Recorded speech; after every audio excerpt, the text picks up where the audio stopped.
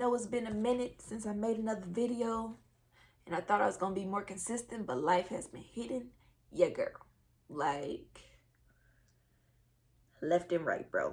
Knockout punches, had COVID at one point. Like, it's been crazy. But you know, we done made it through.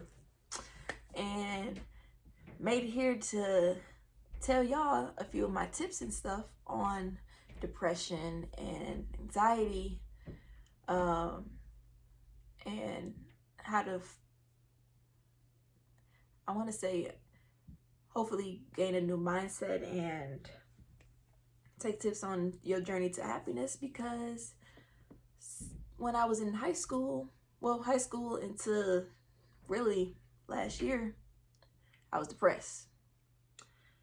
And now I am healed, delivered, all that. So I just wanted to come on here and share all the things I've learned through that process. I want to start off by saying that I am not a counselor, certified, nothing, doctor. A lot of this is my opinions and just off of my experience, and things I just wanted to share. I feel like for the people that may be battling with it, whatever I might say, hopefully it can help you or somebody you know. Hopefully it can, I don't know, just make a difference in your life, because I feel like when you're in that point, you really just like looking up to something. And I feel like whatever I may say is not gonna hurt. It can only benefit you. A lot of my stuff is Christian related. So, like I said, I feel like at this point, I mean, if we were at a low place, why not try God at this point? That's just my opinion. That's what I got to when I came about my things. I'm like, I ain't got nothing left. I'm not saying that's necessarily where everybody that's watching is at, but if you are, why not? So, again, I'm just sharing my whole experience. I got a whole blanket over here because it's cold in my house. We ain't turning the heat on. Not yet. Well, not today, at least. Let's see.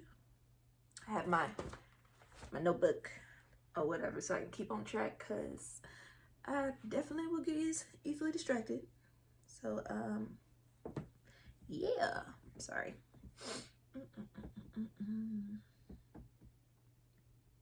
Okay, my bad, y'all. My camera died. Anyway, like I was saying, my steps that I'm about to go into is the steps I used during my first encounter with depression. Like I said, I used it currently for the second one too. I'm gonna relate them as I go through each step. I will bring it full circle in my story of how it came about and related to it and whatever else. At this point, if you want to write down what is happening, feel free, take notes. Okay, it's like 11 steps. To briefly just go over them for the people that's like, get to the point. Step 1 was me giving myself to God. Step 2 was changing what I hear and what I see. Step 3, fighting negative thoughts. Step 4, appreciating small things until I can appreciate the big. Step 5, start finding more things I like, / trying things. Step 6, talk to God on a regular. Step 7, work church back into my life. Do those things, repeat those things. Step 8, eventually add the Bible to it. Step 9, talk to someone about getting saved. Step 10, therapy. Step 11, look back and thank God. as you see, as far as me and the first time of me dealing with depression, I was out of touch with God, disconnected. So a lot of my steps is like adding him back into my life slowly.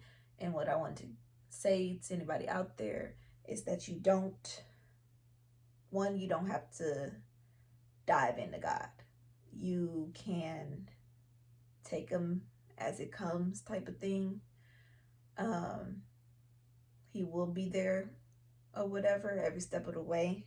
You don't have to be perfect to go to him. And I was not perfect going to him. A lot of things I was doing to cope with depression, um, both times was either through alcohol, weed, sex, whatever. Like, my story wasn't something that a typical Christian girl would be doing or whatever. You feel me? So, that my point of saying is, like, you don't have to be perfect to go to God. He will meet you where you're at. The only thing is he just wants you. Okay. So, going back to step one, when I said giving myself fully to God, on the first time of my depression or whatever, I remember, no, yeah, I remember being in the bathroom, basically crying or whatever. I don't think I was at a point of actually like suicidal for the most part. I think the thoughts came a little bit, but I'm like, nah, I ain't gonna do that. But I was really down. I did not want to be here though. I did not want to be here. And I remember being like in the bathroom because at the time I also was trying to hear God in different aspects, as far as like, what is my purpose? What am I doing in life? I think at around this time I was in college, so you're definitely like trying to figure out my purpose. I need him to answer me on different things. I'd never heard things. When it came down to me getting out of a relationship, I was heartbroken too. So I was like, Lord, help. Somebody, anybody who's ever listening, help. And like I said, I was in the bathroom and I was crying, and honestly, I was cussing him out and praying. What? And like I knew God. Oh no, I had a thought. I grew up, like I said, I grew up in the church.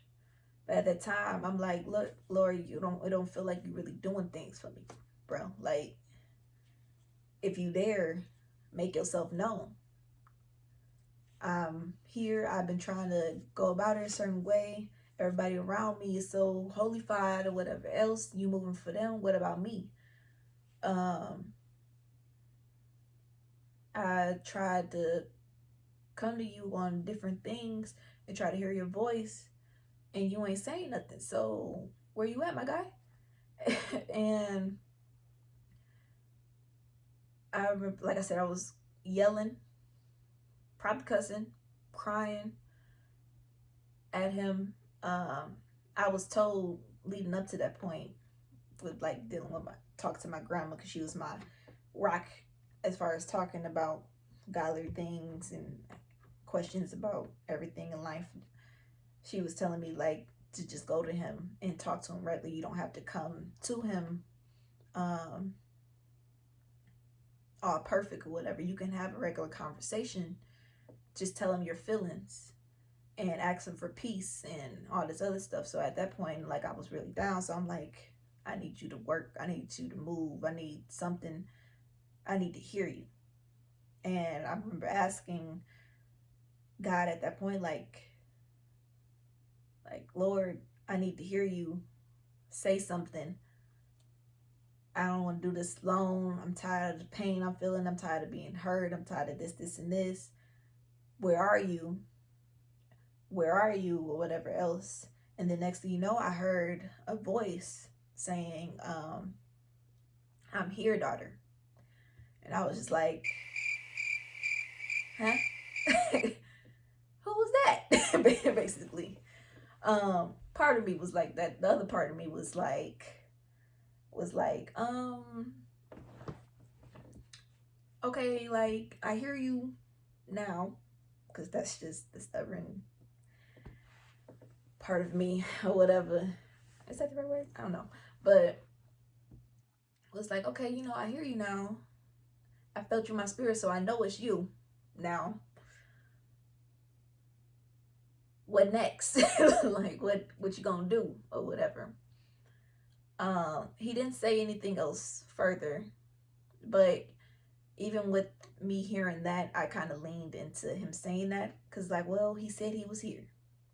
So that translated to me a little bit more to like just continue to say everything I'm feeling.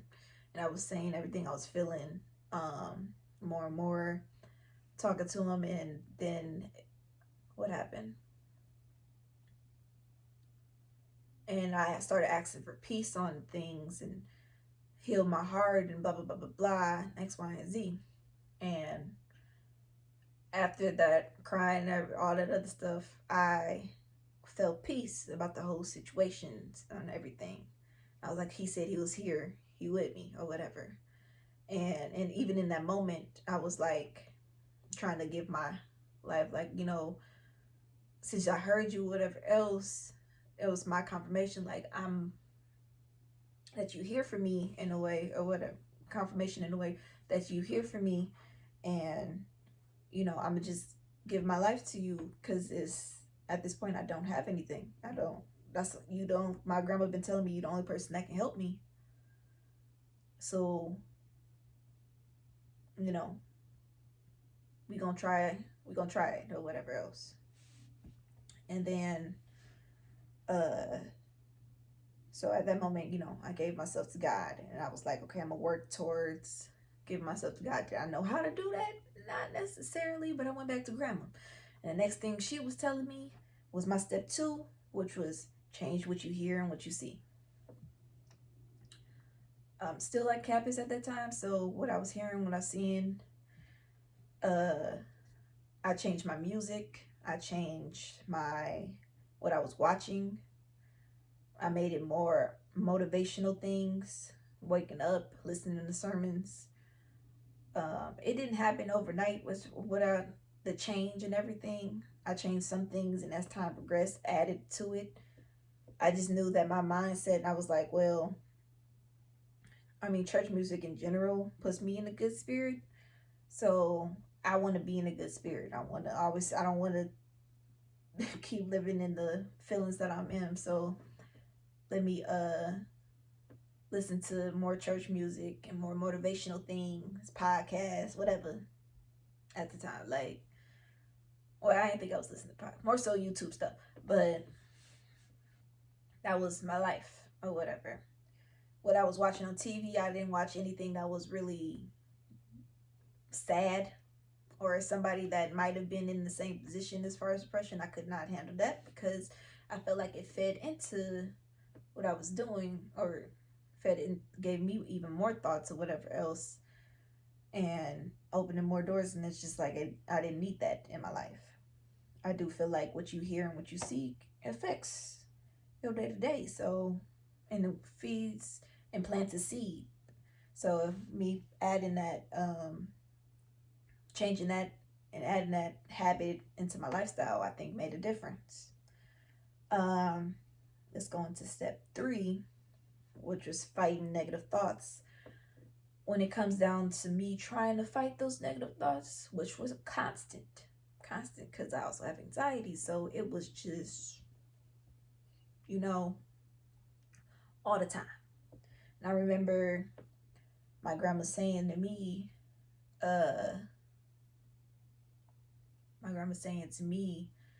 like, oh, the thoughts is going to happen because the devil is still working. The devil is still working to mess you up and take you off course and X, Y, and Z. He doing what he designed. He doing what he do best, basically. And so it's going to come, and he's going to feed you those things. Like the best way, she was saying, to kind of go against those negative thoughts is, in a way, basically distracting yourself from them and to praying to God and talking to God.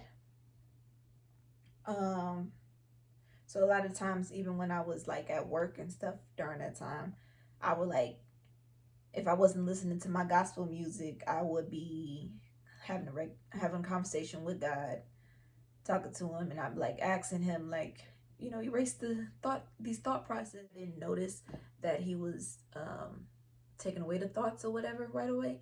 It was over time. Um, it was over. I looked up and I was thinking about whatever I was doing at that time, or like he put something in my head, but I didn't realize it during the time. I was just da da da. Lord, take the thought away, and then next thing you know, a customer come up to me and throw me off that thought process, or some other, I don't know, aspect of like an idea, like, oh, what am I eating for dinner, like things like that. But I didn't notice at the time. And even going to my grandma, I was like, he ain't moving it, he ain't even doing it. She was like, what is he doing in those moments? And then that made me realize that he actually is working, not the way I thought he would, because I thought it would be a big grand scheme, like he gonna snap his fingers, thoughts totally would be done. But that ain't how God worked. So it was surprising to like, okay, he moved this way about this situation. So my advice going, I don't know if I my advice going more into this is like, when it comes down to you having negative thoughts, I will say to pray. Like, take it away or whatever else, but definitely distract yourself um, from them, because they're going to come, and come often, come later. But the best way is to fight it with positive thoughts too. So even if you like in the middle of like, oh, I'm fat, you be like, nope. Or like, even in the middle of it, like, I'm fat and I am a better person than I was yesterday. I don't know, something like along those lines of like counter saying it, or countering every negative things, or coming back harder with some more positive things and more affirmations throughout your day, so that you can it gets in a habit and it plants a seed in the back of your mind or whatever, so that it unconsciously you start not thinking, honestly, those negative thoughts, they start becoming less and less. And sometimes when you pray to God about, that's another thing I want to add, when you pray to God about different things, it's not always immediate and on your time, it's on his time. So in my situation, though I wanted it to be like he snapped his fingers, no depression on me type of thing, that was not my case. It literally came over time, and it seemed like forever. So I just encourage anyone to just keep the faith. That even if you're praying and whatever else, and you starting to work these tips into it, that it is going to happen, and it is happening, and it's working, and he is working. It may not be the way that you think it's gonna work or how you envisioned it, but he is. And sometimes you don't even realize it. Like I said, with the thoughts and all the other stuff, you might not even realize it until you look up one day and you're like, oh, I'm not doing this no more, type of thing. So step 4, it says appreciate small things until you can appreciate the big. I remember being at school, starting to just, because that was something, again, my grandma told me to do. I started just like walking around my campus and looking at little things each day. Not all the time, not throughout the day. I'll be like, just happen to walk and I'll be like, look at the grass. And me being me made fun of it or whatever at the time, and was like, look at the grass. God done made that. He done did that. You did that, Lord. I like that boulder. That is a nice boulder. I like, look at the sky. And next thing you know, me trying to be funny in the first part. I done went through a whole list of all the God things and still kind of like planting the seed of like, oh, you know, God actually did a lot of things. Like, if you take the time out to see it, like, it's crazy. And that was just environmental things. Then I got more into like on my day to day, like, you know, I woke up today. You know, I thank God for that. And I got food today. Thank God, because you know, as a college student, you like, how these meals about to work, I don't know. But you know, small things like that, and you just, as you do them, they become, you start realizing more of the bigger things, and it works into your life. Like I said, planting seeds, and they grow, and you keep watering them, they're gonna keep growing. So that was basically my gist.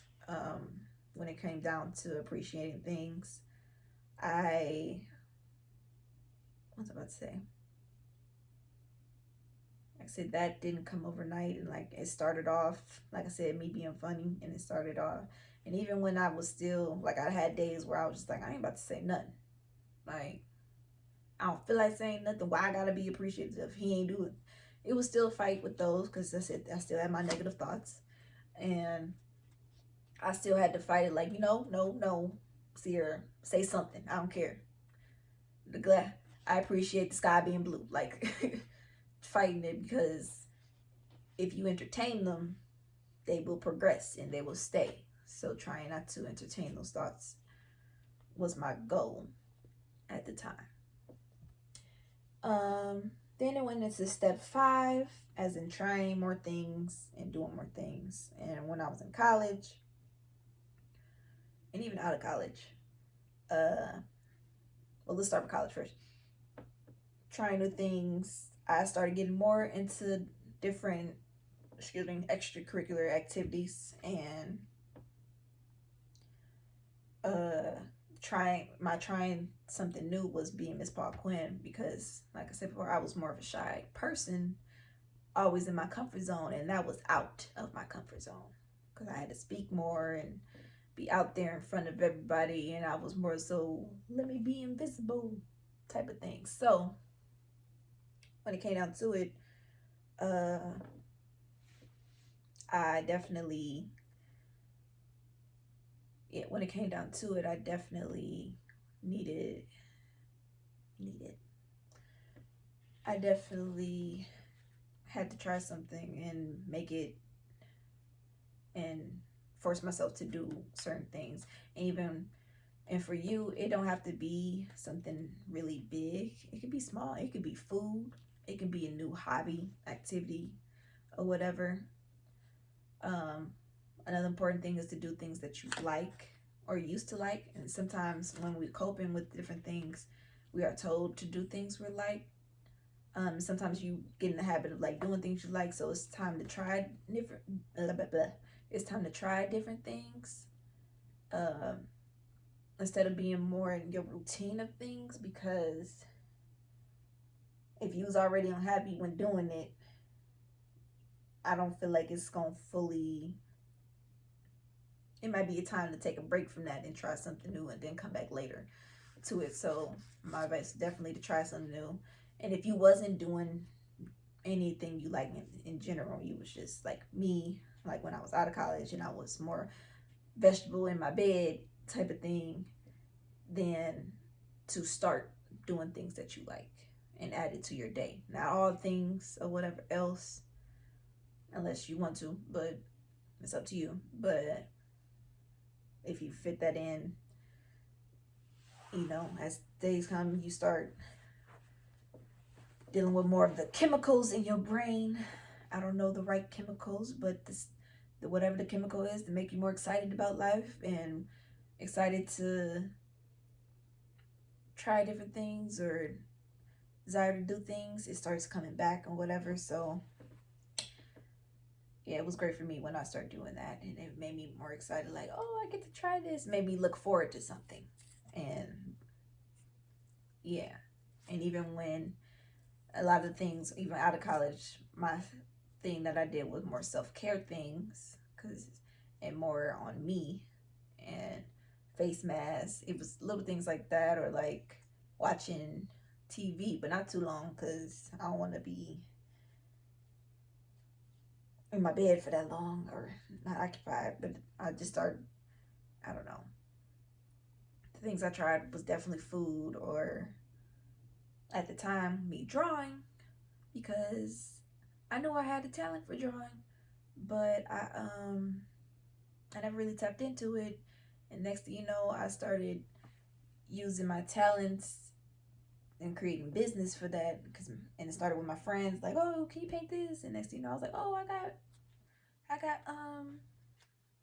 I can really do this and make a profit off this a little bit longer. So that's what started my entrepreneurship route or whatever. So you never know the good things that can come out of you just simply doing things you like or trying.